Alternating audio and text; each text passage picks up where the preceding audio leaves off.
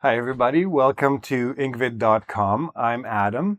In today's video, I want to answer a few requests that I've been receiving on the engVid.com comment section. Some people have been asking me if I could offer some tips for teaching in a classroom. Now, the most common question I get is, can I make a lesson about tips for teaching a beginner class? But this is very specific. And so I want to give a more general idea about teaching English. And it doesn't necessarily apply only to English. It could apply to many other things. But I'm going to tell you a little bit about my own experiences as an English teacher. Now, what I'm not going to do is teach you how to teach. That you will have to learn on your own. You can go to teachers college, you can get a teaching job and start doing it, because every teacher is different. Every teacher will have his or her own style. What I am going to do is share some experiences that helped me learn how to be a better teacher, and I think it helped my students as well. And if it can help you, great. I'm very glad to do that. Okay, so I'm going to give you 5 different general tips about teaching, what I think is very important for all teachers to know. Now, again, if you've been teaching for 30 years, 20 years even, you already know all this stuff. This is more geared, I guess, aiming towards the younger teachers who are just starting out, okay? Number 1, and this I think is the most important. Teachers are students. If you're a teacher, you should always be learning. Just because you're teaching something doesn't mean that there's nothing for you to learn. It's a two-way street. You will teach your students, your students will teach you, you will teach yourself. There's always something new to learn. Now, especially learn your trade. Trade means basically your profession. So whether you're an English teacher or you're a car mechanic or you're a scientist, always learn about your business. If you're an English teacher, first of all, don't think that you know everything about English. I've been teaching 20 years and I still have to look up grammar points. I still have to look up words in the dictionary. I don't know everything about English, but I know how to learn. I know how to teach myself about English when things come up. Okay, so always be learning. If there's new developments in your industry, new methodologies, new techniques, new tools, like on the internet, for example, learn about these, use them, help your students. Next, learn about your students. Learn especially how to read faces. So the more you know about your students, the better you can make the classes for them, the better you can make the classroom experience. So for example, if you find out that most of your students, especially if they're young, they're into Instagram, make an Instagram lesson. If they're following sports, introduce sports. So again, all of these things can be spoken about in English. All of these topics need vocabulary. They need sentences that require grammar. Adapt your lessons to your students' needs, desires, etc. And when I say learn how to read faces, basically understand when a student understands and doesn't understand, when a student is angry or not angry. But I'm going to talk more about this in part 2 because this is very, very important, I think. And this is another very important thing. And at the beginning, every teacher makes the same mistake, but eventually you learn. It's okay to make mistakes. You're just a teacher. You're not a robot. You're not perfect. You don't know everything. If you make a mistake, that's fine. What you should not do is try to talk your way out of a mistake. If you make a mistake, say, sorry, I made a mistake, but then fix it right away. Your students will respect you a lot more, I think, from my personal experience. If you make a mistake and then try to cover it by talking and trying to say, oh, it's not really a mistake, it's this and that, students will eventually just not like you very much. Again, when I was a beginner teacher, I learned that. Every teacher, I think, goes through this experience. And also, don't be afraid to say, I don't know. If a student asks you a question, and again, English, car mechanics, science, anything, if you don't know, say, I don't know. Don't try to make up an answer just because you're the teacher. Say you don't know, but when you go home at the end of the day, the first thing you should do is find out what the answer to the student's question is. And then the next time you see the students in the next class, that's the first thing you should do. Before you do anything else, answer that student's question. It shows them that you care about what they think. It shows them that you're professional and you take your job seriously. And again, you're a student too. Why not learn something new, right? If you don't know, find out, teach it. Next, know your students. And I put here, just in case, they are people. Now, it seems a little bit obvious, but I think a lot of teachers, one of the things that they don't take into consideration is that your students have a life outside the classroom. They have a home. Happy home, unhappy home, not sure. Every student is different. They have friends. They have problems with friends. They have caring friends. Don't know. There's all kinds of things that go on with a student's life. And unfortunately or fortunately, it doesn't really matter. They bring those things with them into the classroom. They can't leave them outside in the locker or in their bag or in their phone case. It's in their heads. You as the teacher have to deal with it. If a student comes into class in a very, very bad mood, what I personally do, I give that student space. I don't push. I don't ask too many questions. If I ask a question and I don't really get a response, no problem. I don't get angry. This student has something on his or her mind. Tomorrow, he or she will be okay again. Today, leave them alone. If this continues for a few days, then you have to ask some questions and find out what's the problem and if you can help. But again, remember that every student is bringing something into the class with them. So it's very, very important to, when I say know your students, it also means get to know their personalities. So here, get to know what they like and what's popular and what everybody's talking about. Here, get to know individual students.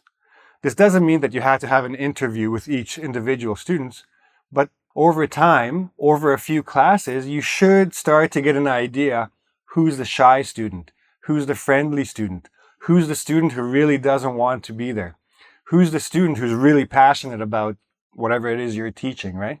The more you know your students' personalities, the easier it is to conduct the class and present materials to them.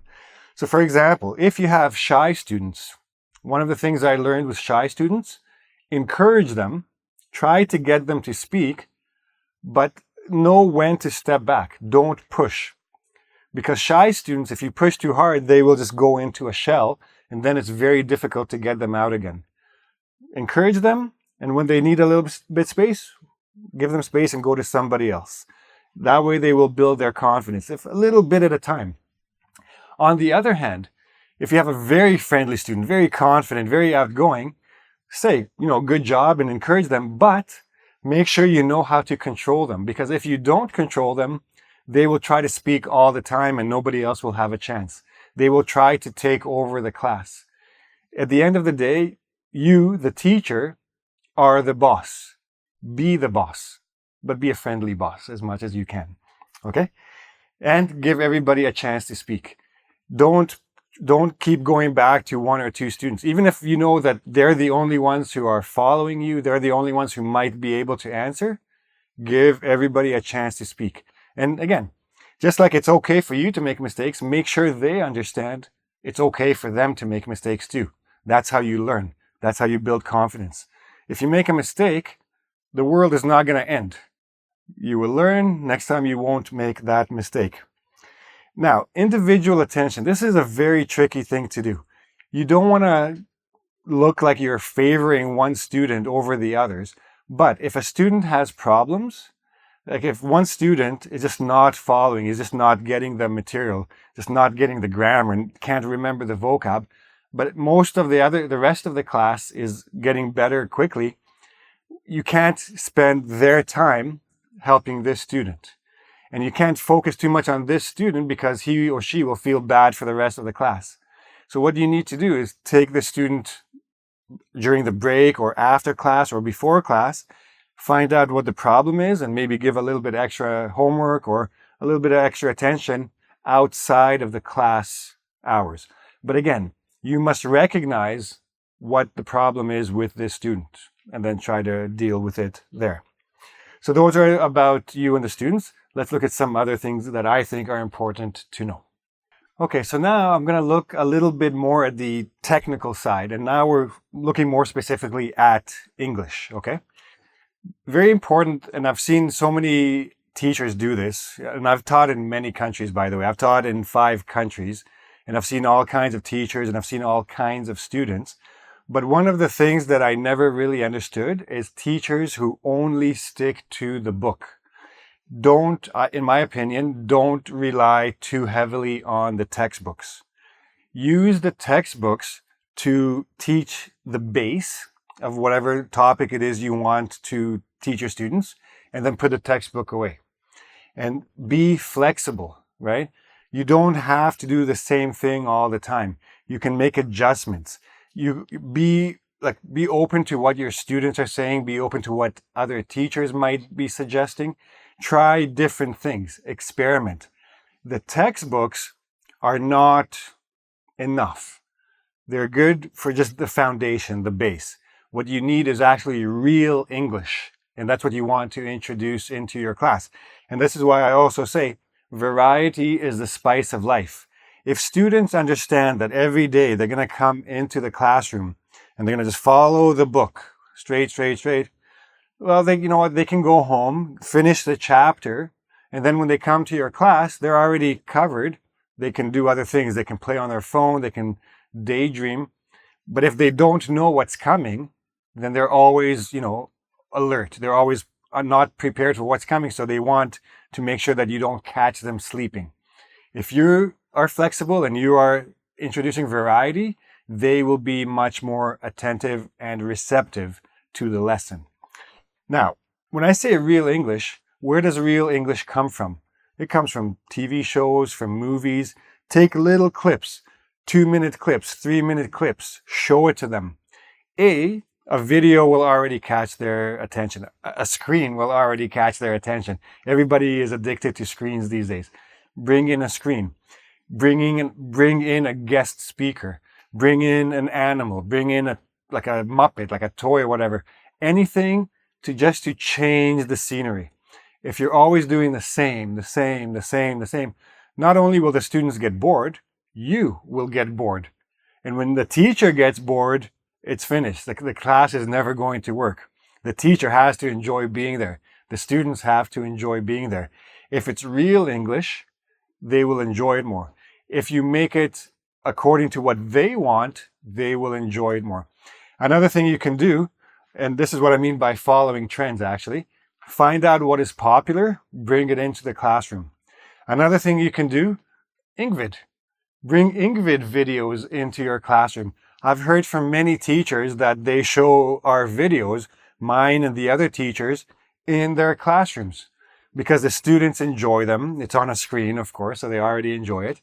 It's a little bit different sound. We have 10 teachers now, I think, on engVid.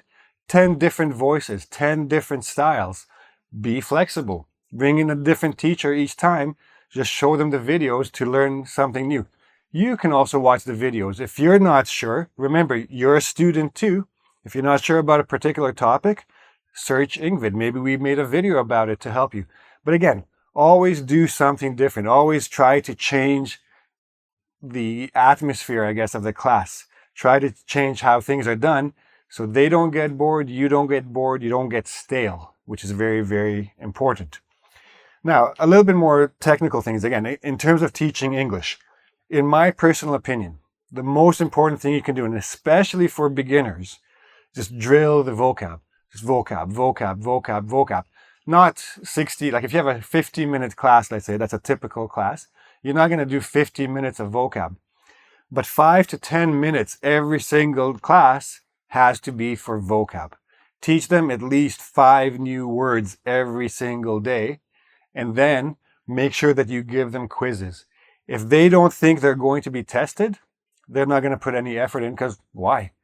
But if there's going to be a test, if there's going to be a quiz, if there's going to be an exam, they will pay attention because they do care about their scores.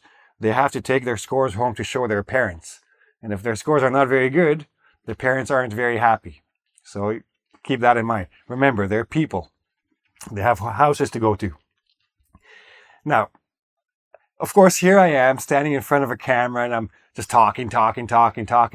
But this is a video class. I don't have students in front of me. When I'm in the classroom, I speak enough so they understand, and then I shut up. I get them to speak. The teacher should speak less, the students should speak more. Make sure that it's a student-centered class, not a teacher-centered class. But again, everybody has their own style. Beginner teachers, I find, get very nervous if they're not speaking. Older teachers who are already bored with teaching, they don't speak enough. They just hear some papers and then they go sit at their desk.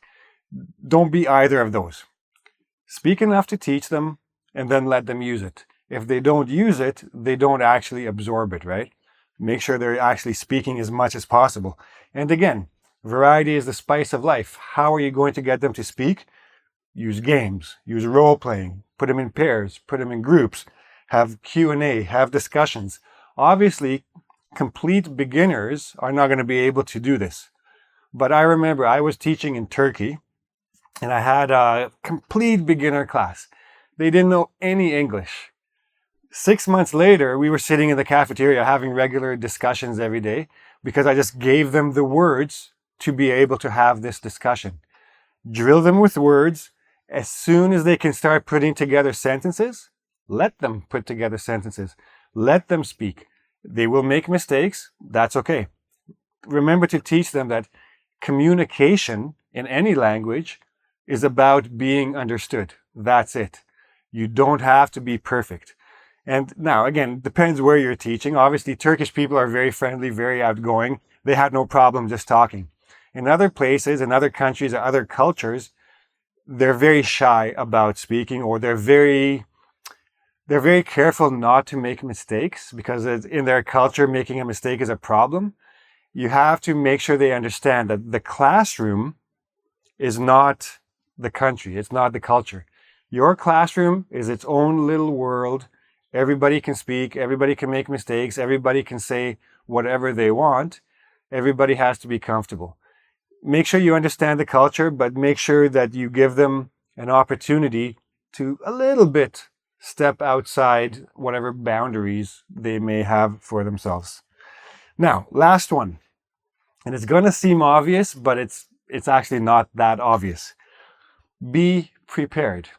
Now, I remember when I started teaching TOEFL, I was an ESL teacher and then I was given a TOEFL teaching position.